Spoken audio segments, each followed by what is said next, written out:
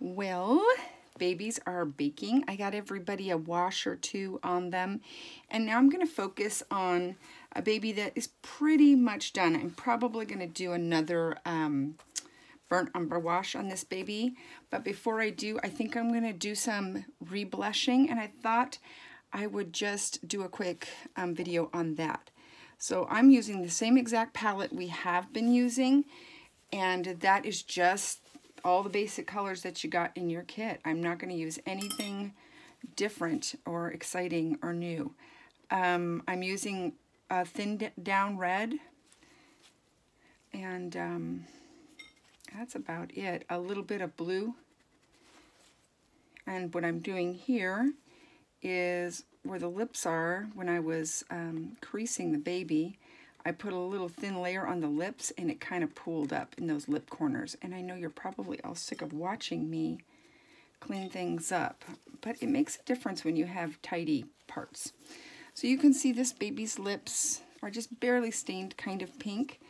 And I'm not going to try to act like I am the lip expert or the reborn expert. I just know what I like to see and what I don't like to see. So that's where I'm coming from. A lot of people like a lipstick baby, and I am guilty of having accidentally made lipstick babies in the beginning. And that just means you're painting those lips on like you would lipstick. Think lip gloss. Think watery. And that's what I like to do. This baby has a lot of creases in her lips, and that will suck up the paint. You don't want to go anywhere outside of the lips. Even if you think, oh, it might be cool to make this baby's mouth a little bit more pouty, or maybe if I come down here, her bottom lip will look even bigger. Don't. It never turns out. It looks absolutely silly. Stay inside the lip lines where the artist or the sculpt tells you to go. You'll be happy. I avoid the nursing blister. I might put a little tiny bit of pink on there, but I'll probably rub it off. And this is just a little bit of red and paint thinner, super, super thin. Let me grab a Q-tip.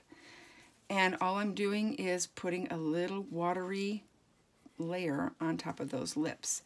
There is a place here that is just annoying the heck out of me. And it's one of those spaces where some pink got outside the lip line and I don't want it there. And put just a tiny bit on your brush because you don't want it dripping down the face or anything. You want to have a lot of control there. And you might have to do this in a couple layers. So you can do this like throughout the process while you're reborning. You know, every time you do a layer, you can do a thin layer on the lips until it builds up where you want it. I kind of leave it to the last because I like all my little details at the same time. And that's just about it. It's not too complicated. You can get a little purple or a little blue. This isn't necessary for this baby, but I will. And put it inside that crease just to darken up that crease if you like. Not necessary, but you can play with the colors. If you're a person who really loves makeup tutorials and stuff, you might want to check them out. But remember, this is a baby. She's not a Kardashian, so she doesn't need to have big exaggerated lips. The lips on this baby are absolutely pretty all by themselves. They just needed to be pinked up. Now for the nose, I'm going to just put a little bit of pink on that nose. Now I make all my noses pink. I don't know why, I just like the way it looks. You don't have to pink up a nose. It will still be a pretty baby. Actually, it might be even a prettier baby. I don't know. But I like rubbing a little bit of pink in that nose. And so what I do is I put some paint on there. This is just some thick-ish pink paint. So she looks a little clowny. And I'll give that a minute to sort of dry. I don't want it to dry the whole way because then it won't come off easily. But I don't want to take it off when it's super wet. And what I'm going to do is I'm just going to pounce some of that pink into the nose. Remember, just like with everything else, I don't want to see a line. I want this to be subtle. I don't want to see where I started and where I began. And I don't want any of that pink inside the crease around the nose, which is super hard to avoid, but you just have to do your best. Here's a brush with just a tiny bit of thinner on it, and I'm going to use my Q-tip to kind of get it out of there and make sure those nose holes don't have obvious lines on them. And because I know I'm probably going to put some more flesh layers on this baby, I'm not worried that this is pretty pink because it'll tone down once I put a few flesh layers on. And sometimes I look and I think, why do I make all my babies look like little drunken leprechauns? I don't know. I just like the way it looks, like it's a cold day and their little noses are red. And I like babies with runny noses too. I don't know why. I know that's kind of weird, but I do. And since I'm here and I notice that her waterline is still very pale, I'm going to pink that up. This is a really great time in the process to just hit some details you may have missed before. So I'm going to get the waterline. I've got the pinked up her nose, and I'm going to pink up her ears a little bit because they went a little pale. And you know, we did this before, and I'm just replaying that a little bit. I'm going to brush that out, and then I'm going to sponge that out, and then I'm going to get a dry brush and clean out the inside because I don't want to see any streaks of paint or pooled up paint. And here's a good example. I don't know if you can see it, but the last time I did the ear, I didn't clean up that edge a little bit, and so now I have a line there, and it looks like an injury. Luckily, it's coming off very easily, and I'm going to blend it in. Let me see if I can get it cleaned up a little bit more. Get my dry brush, give that a pat. And there we go, pretty rosy ear. I love pink ears. I love babies with pink parts. Let's get that in there. This ear looks pretty good. Might go around there a little bit. And although, you know, both ears don't have to look exactly the same, you don't want one red ear and one not very red ear. Might make her look like she has an owie. I'm going to do a little bit of shading under that ear real quick. I don't want to see a big red line around this ear. It's not a coloring book, it's a baby. And I see a little bit of line there. Let me go to the other ear. Yep, this ear needs a little bit of that action too. Just a little pink shading. And I think this baby's good to go. I'm going to bake, and then I'm going to put another flesh layer on. Let me take a look at hands.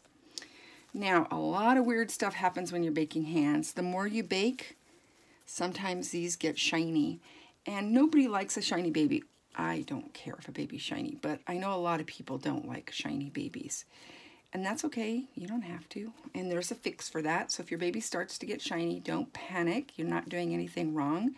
What we're going to do is when that baby, if you have a shiny baby, when we're at the end and we seal up this baby a little bit, we're going to use a little bit of matte varnish to tone that down a little. Don't worry, we'll get there soon. I lost a little bit of my blushing inside of these creases, so I'm putting a little bit more because I like a little rosy hand and little rosy knuckles. And palms, I like rosy palms.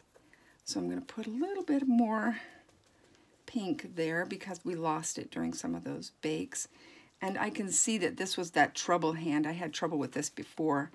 This was a baby that I blushed with the wine color, and it still is leaving me with blue trouble. So I'm hoping that once I get a couple more layers of skin tone, that it mellows that out a little bit. Lots of putting on paint, removing paint, putting on paint, removing paint. And the elbow kind of lost a little bit of its color too. So I'm just going to give it a little tiny bit of, a little pink. I'll pat that out. And that looks pretty good to me. And I will do this with the rest of the baby before I put another flesh layer on. And really all I'm doing is just looking for any little errors or messy bits that I want to clean up. See if places need more pink. The sole of this foot, this is a really nice foot, but I would like to see it be a little bit more pink. So I think I'm just going to give it another layer of pink. And probably pink up those toes a little bit more. I mean, I don't know what says newborn baby more than pink feet and pink toes, right? I mean, is it just me or is that just adorable? I love it. I am doing a little baby geek out right now. Okay. It's just adding a little bit more pink. And remember, you got to get in between, get on top, get around there. You don't want pink on the back and then just no pink on the front. That wouldn't look great. And so we're done doing that. So we'll do this to all the babies. Get some flesh on them if they need it. You don't have to if they don't need it. And get them where they feel good. If this, you can stop here. It's okay to stop here and say, I don't want to do any more washes and blushing. I like this baby the way it is, and that is cool. That is fine. Just leave it right there. For me, I'm going to nitpick at this a little while longer because that's just my nature. And once I get all these babies where I like them, we will do manicures and pedicures. And if a baby needs some sealing up, I don't always seal babies. There's a lot of ways to do that, and we'll talk about that. But this is the time to start getting that done. After that, we'll start painting some hair. I'm not going to do a full painting tutorial, but I will do a little bit of painting, a little bit of hair painting. And I think a full hair painting tutorial is going to happen, but I'd just like to dedicate a lot of time to that because it's a little more complicated than this, and I think it deserves more time.